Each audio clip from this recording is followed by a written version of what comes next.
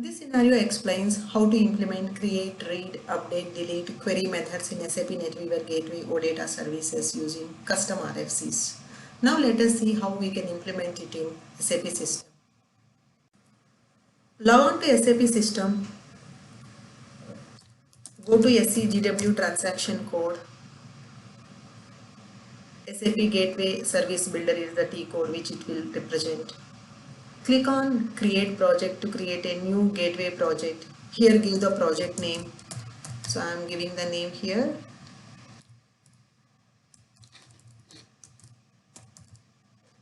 Give the description.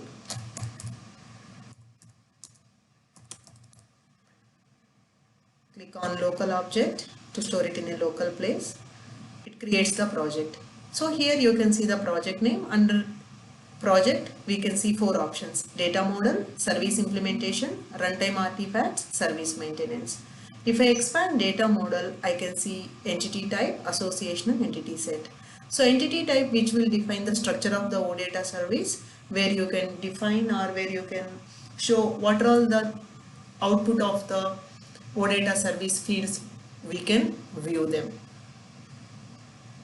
Now let me show you how we can create the entity type. So right click on the data model, click on import. So here it will give us 4 options where we can get the structure of the OData service from the 4 places.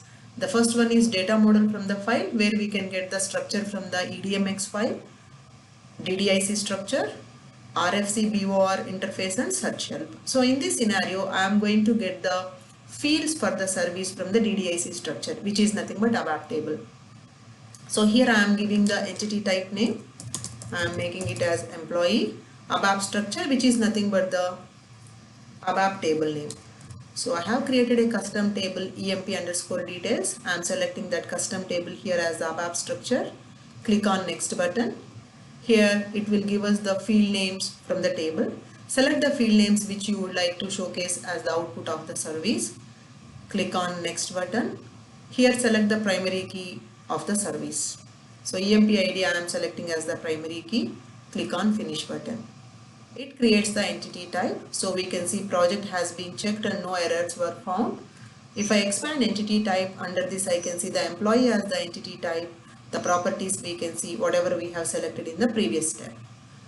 If I expand entity set, it gives me the entity set name. Now let me go to the service implementation. Here it will give you the entity set. Below the entity set, you can see the 5 methods: create, delete, get entity read, get entity set query and update.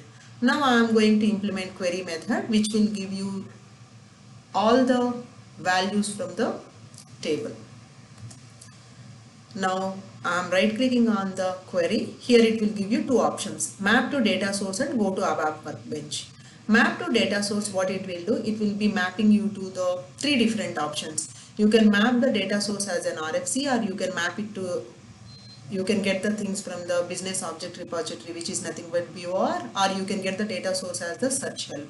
Or we can use this option, go to ABAP workbench, where you can go to the class builder, then you can write the logic in the corresponding methods. But in this scenario, I am going to use the option map to data source. So here it will give you the data source attributes. If I click on the type drop down, it will give me 3 options as I explained in the previous step: business object repository, remote function call and search help. So I am going to select the RFC option.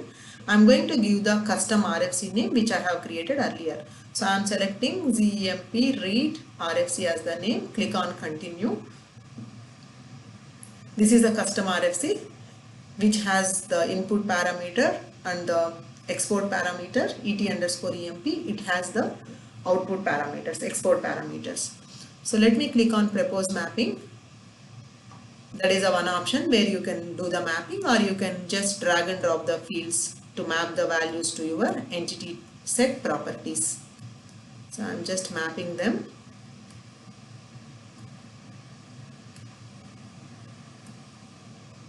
So once you are done with this, click on the save button. Then check the project consistency. Now you can see the project has been checked, no errors were found. Now let me click on generate runtime objects. So it will give us the three sections: model provider class, where it will create the base class and the extension class of the model. Data provider class, similarly here it will give you the base class of the data provider and then the extension class. Under service registration, you can see the technical model name and the technical service name. This is a service name which will be exposed to the outside world. So click on the continue button. So again, save it in the local object.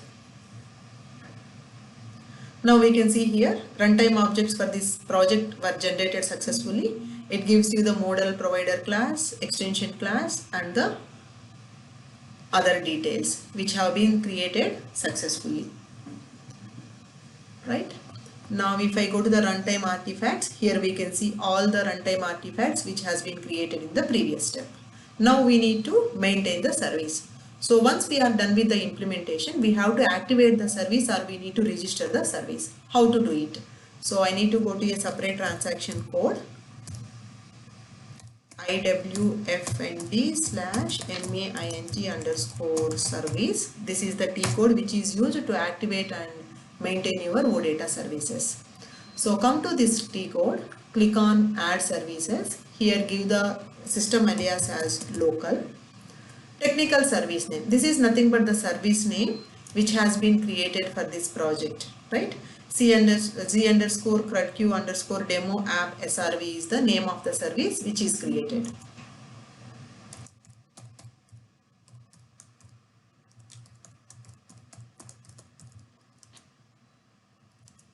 It's demo_app_SRV. So now let me select this checkbox, click on add selected services.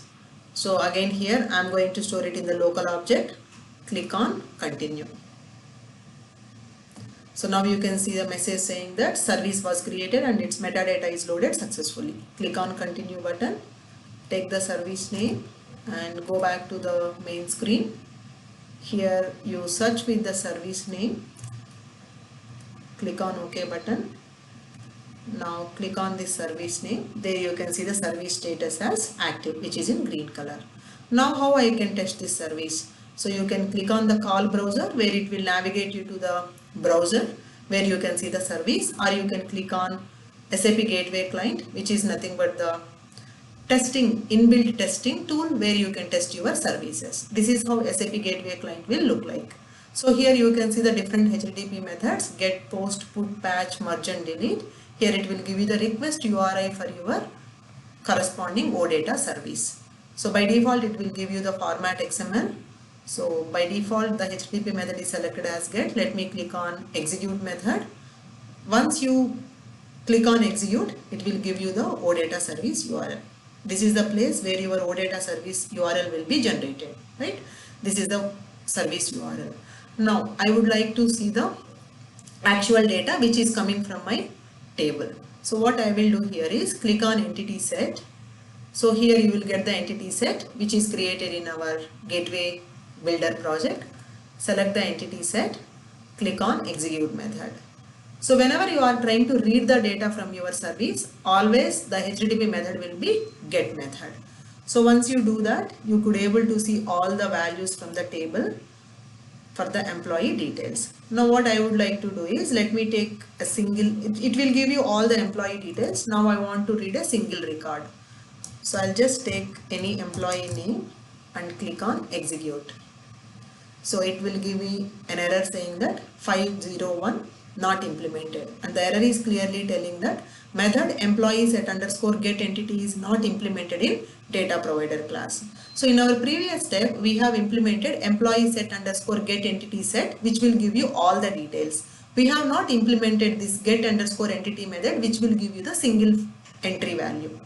So what I need to do is go back to your service builder. Now we need to implement the method for read. Right click on the read, get entity read. Again click on map to data source, select the type as RFC, give the RFC name, click on continue. Now let me click on propose mapping. Fine. the mapping is done. If you see here, whenever you are doing the output mapping, the arrow you can see it here, the mapping as output. Whenever you are doing the input mapping, the map direction will be in the opposite direction. So here you can see an error saying that key property EMPID does not have an input mapping in the read operation. What does it mean? So whenever we are trying to implement get entity read method, it expects one input parameter should be mapped with the entity set property. That is nothing but your key field. So here if you look at the EMPID, a primary key property which is having that mapping direction as output. So here we need to explicitly do that input mapping. Select the field EMPID. Here I need to map it with the import parameter of the RFC. Now we can see the mapping direction as input. The arrow is in the opposite direction. Now let me check the project consistency. After I have done the input mapping, we can see project has been checked with no errors found, right? Now I need to regenerate the runtime objects again to make these changes happen in the service corresponding methods. The moment we regenerate the objects, we can see model provider class and data provider and base classes have been implemented successfully. Now let me test whether I can able to see the single entry value of the employee. I'll go to gateway client. Now let me click on execute again. Let's see. As I have implemented get entity read method, now I can see the status code as 200, reason as OK. Now it is giving me the single set of entry values for the given employee number, right? Now let us see how we can implement it for other three methods as well. Now let me take create, right click on create, map to data source, select the RFC as the type. I am going to give one more custom RFC name here, which is nothing but EMP create RFC. Click on continue. I'll click on propose mapping. I'll just map them explicitly by dragging and dropping the values to the corresponding entity set properties. Now let me check the project consistency by clicking on the check project consistency. No errors were found. Again, let me generate the runtime objects. So if you don't click on generate runtime objects, though you have done mapping and all, while testing it will give you the error. The corresponding method has not been implemented. So now you can see the message runtime objects generated.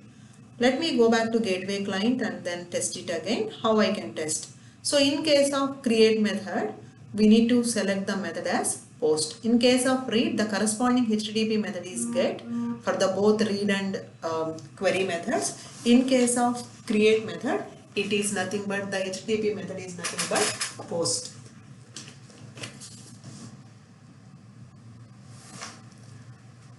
Fine. How I can do? In case of create method, we should be having the payload. The payload is nothing but the request which we should be passing to the service.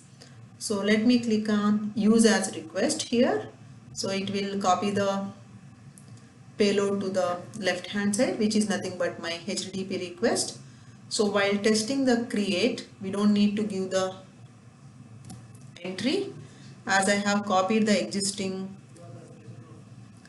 employee number. Here I need to change that to the new employee number which we would like to create here. I'm just giving some random number 8732. Wherever the old employee number is copied, I just need to change it in all the places.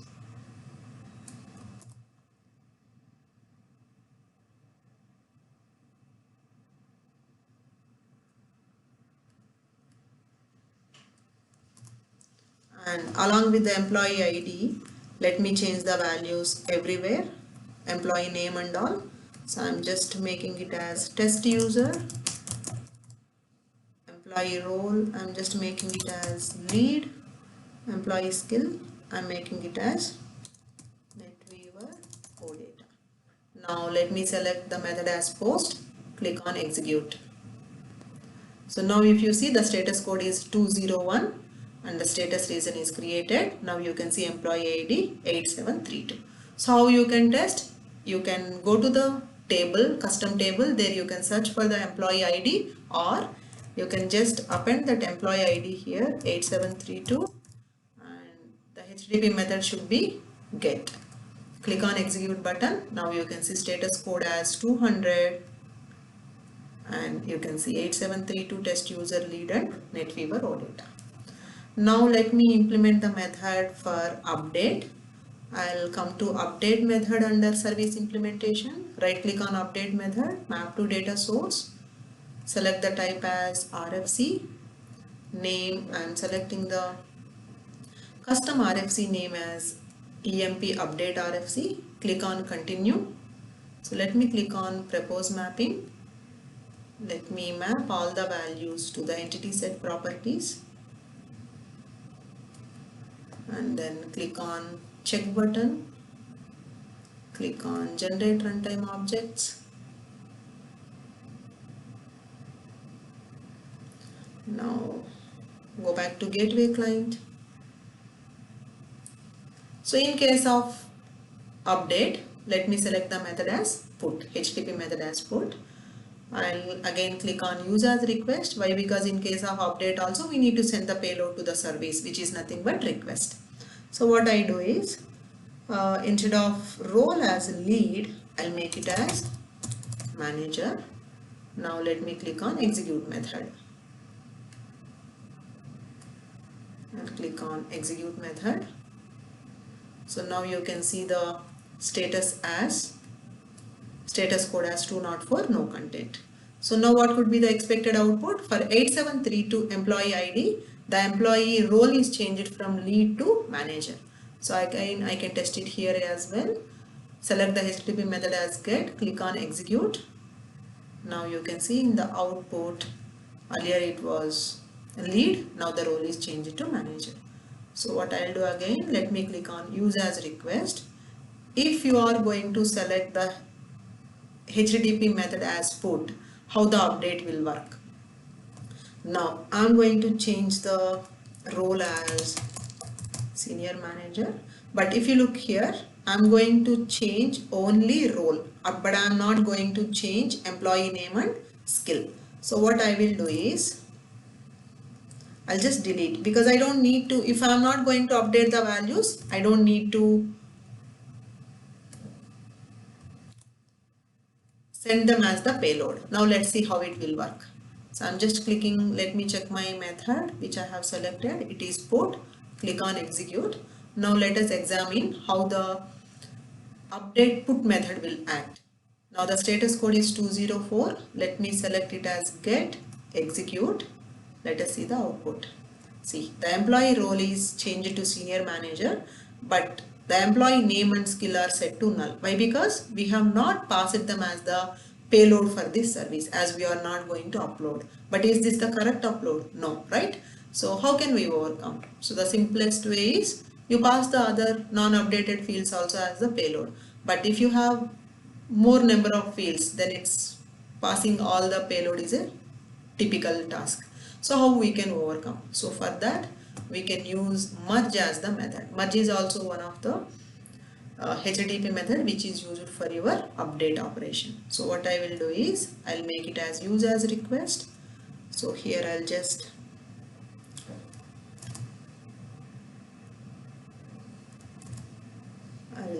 add the employee name. I'll make it as testing here. Employee name.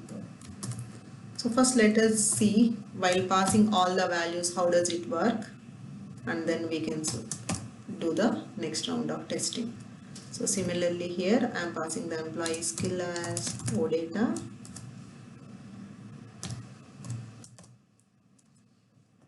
Just close this tag,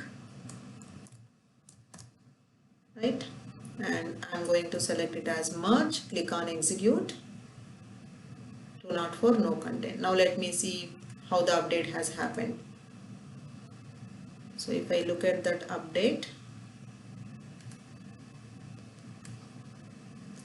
testing senior manager OData. Now let me do one more round of testing. Click on use as request. So I'll select the method as merge here. This point of time what I will do is I'll just remove employee role and skill. I don't want to update them. I want to change the employee name as testing user instead of testing. So now let us see how the merge will work. So I selected the method as merge here, click on execute. Now the status code is 204, which is success. I'm selecting the method as get again, click on execute. Now let's see the output. See, as I have selected the method as merge, though I have not passed employee role and skill as the input, still I can see employee name as testing user, right? Now let me implement the last method, delete. So I'll go back to service builder, right click on delete, map to data source, select the type as RFC. So I'm selecting the custom RFC name, click on continue. So I'm just mapping the import parameter, click on generate runtime objects. Of course you can save and check that. Now it is success. Go back to your gateway client, select the delete method. I'm just going to delete the employee which I have created. Click on execute. Yes, it is 204, no content. Now let me try selecting the method get and click on execute button. So you are getting the status code as 404 not found. Why? Because whatever employee number you are trying to execute, it is deleted from the table. This is how you can create, read, update, delete and query methods on the OData service. I'll just walk you through the custom RFCs which I have created. I'll just walk you through the read RFC. It's a simple RFC where I have created IV underscore empid as the import parameter. I have one export parameter which is of type table type, and this is the source code which I have created. When the IV employee ID is not initial, so I'm going to fetch the details from this custom table for that specified employee ID, else if it is initial I'm going to fetch all the details from the employee details.